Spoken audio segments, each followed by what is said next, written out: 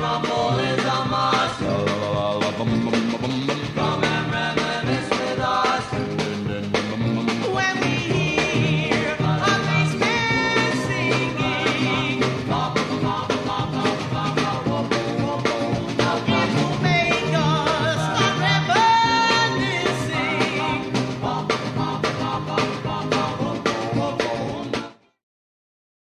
All right. In the arm on there. Baby, please be my love. Say you belong to me. We were meant to try love. One chance and you will see. Wish upon a star and pray with all of your heart that you may find a true love.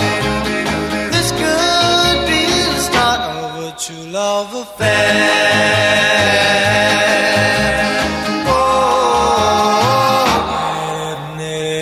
Once I had a notion of never falling in love, but then my heart started in motion. I knew I was thinking of a true love affair.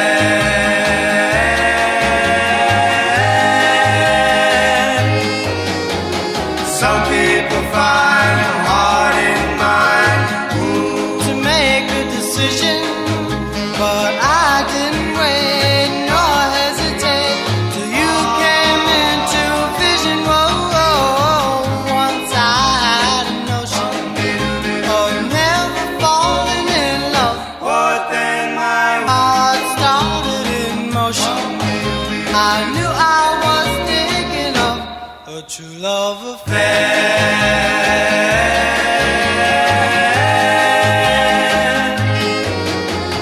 Some people find it hard in mind to make a decision, but I didn't wait nor hesitate till you came into vision. Whoa, now you're mine, and I'm content that you and I knew this love was meant to be a true love affair. True love affair. True love affair. True love Affair.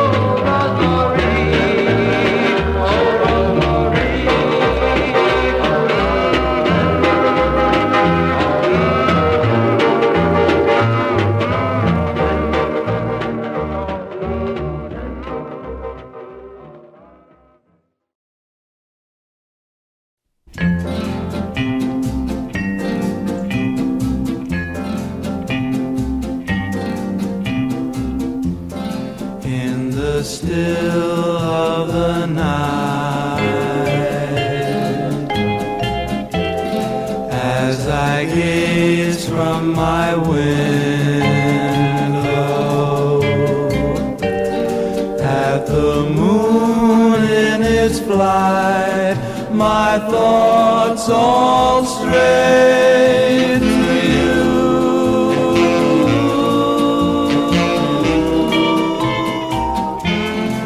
In the still of the night, while the world is in slumber,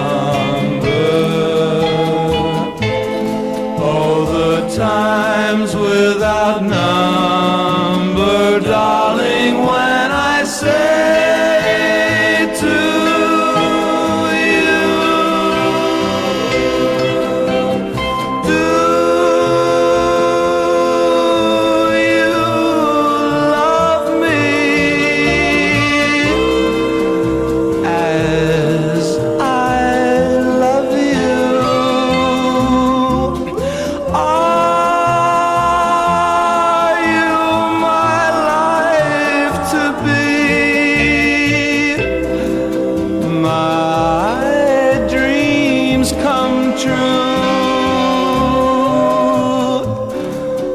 or will this dream of mine fade out of sight like the moon growing dim on the rim of the hill in the chill still of the night,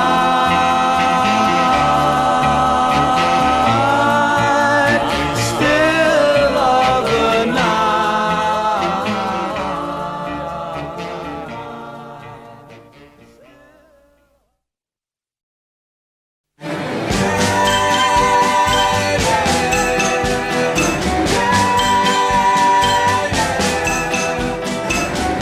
Come on, girl, smile again.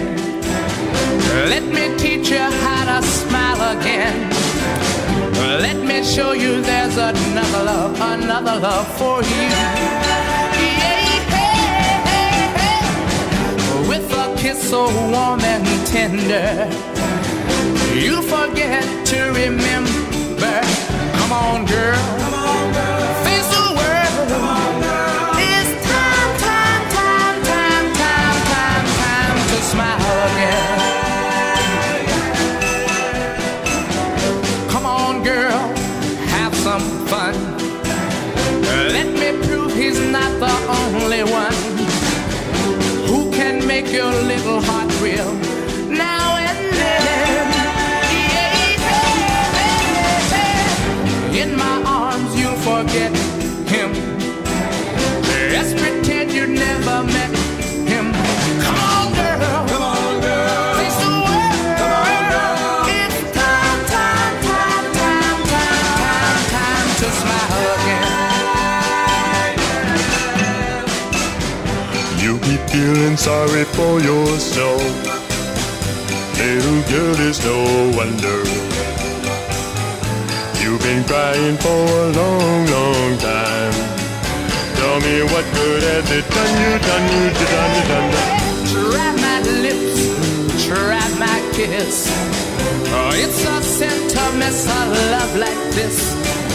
Oh, it's a sin to throw away a love that's so true. Though another did desert you, don't you know I'd never hurt you? So come on, girl. Come on, girl. Face the world. It's time to smile again. Come on, girl. I know it's yeah. To smile up. Come on, girl. Come on, girl. I know it's yeah. To smile again. Come on, girl.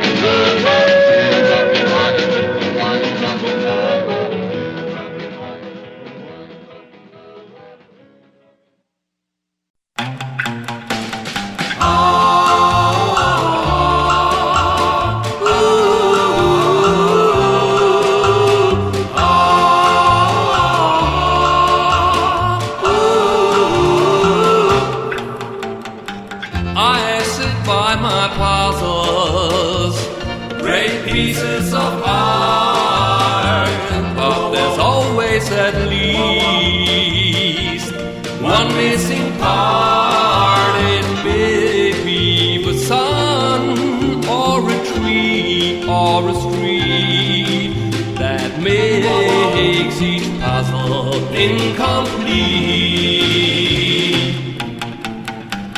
Now you're my greatest puzzle of 1,000 tiles. To put it together will sure take a while. And there is one thing that I know from the start, that the missing tile will be your heart.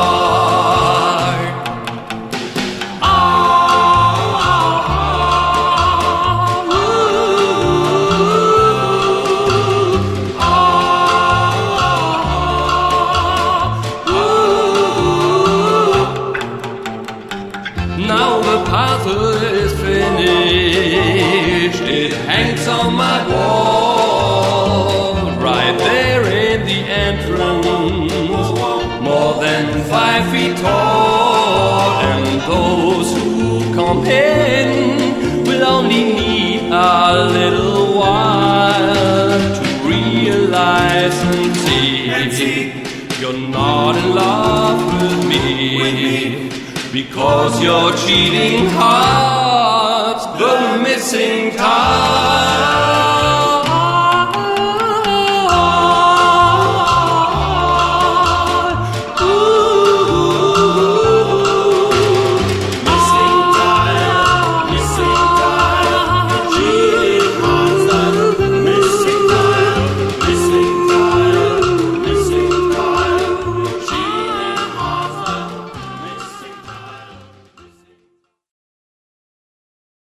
Television also played a big role in selling a key luxury item to the American public, the automobile, and in creating the inherently American car culture. Friends, go in to see your DeSoto Plymouth dealer tomorrow. And when you do, tell him Groucho sent you. Spurred by advertising, the car culture was also fueled by a combination of higher wages, greater auto production, inexpensive gasoline, and the construction of interstate highways. By 1955, auto sales accounted for 1/5 of the gross national product. Easy credit meant that 4 out of 5 households owned a car by 1960, with most new cars selling between $1,800 and $5,000. Cars had a decidedly aerodynamic look. Huge grills mimicked jet intakes, giant fins echoed the style of swept-back wings, and protruding taillights resembled the red glow of afterburners. Americans flew these eye-catching autos down new highways that looked more like runways than roadways. In 1956, Congress passed the Interstate Highway Act, which allocated $33 billion for 42,000 miles of new road construction. President Eisenhower justified the new highways as an investment in national security. Well, during the Cold War, almost everything the government did was explained in part through a national security rationale. And so the government could talk about needing to finance a new highway system in the mid-50s to increase the ease of transportation and help people get out of the cities if there were a nuclear attack. Likewise, it could be satisfied that people were moving out to the suburbs where they'd be away from where the bombs might fall in the inner city. Service stations sprang up along the superhighways where smiling attendants not only pumped gas, but checked oil, water, and air in the tires. And with gas only 25 cents a gallon, a family could suddenly afford to travel from coast to coast, visiting historic places, ocean beaches, and natural wonders. American treasures such as Yellowstone National Park, the Grand Canyon, and the Redwood Forest were favorite summertime attractions. In 1950, visitors to national parks totaled just over 33 million. By 1960, that number had increased to more than 80 million. And this nation on the move needed to eat and sleep, so fast food restaurants and motor inns cropped up everywhere, ready to serve. In this car culture, however, few people worried about air pollution, the decline of public transit, or the decay of the inner cities. Auto accidents took an alarming number of lives. More people died in car accidents during the 1950s than U.S. soldiers died in World War II. The role of automobiles changed dramatically in the 50s. No longer was a car just a means of transportation. In this new culture, cars provided freedom, conveyed status, and expressed the owner's personality. Americans took to the road in more ways than one in the 1950s, discovering their nation and themselves all over again in the wake of World War II. Superpower politics and American youth ran neck and neck, jockeying for position, as the US of A bolted full throttle into the even more volatile 1960s. That's all, folks. Well,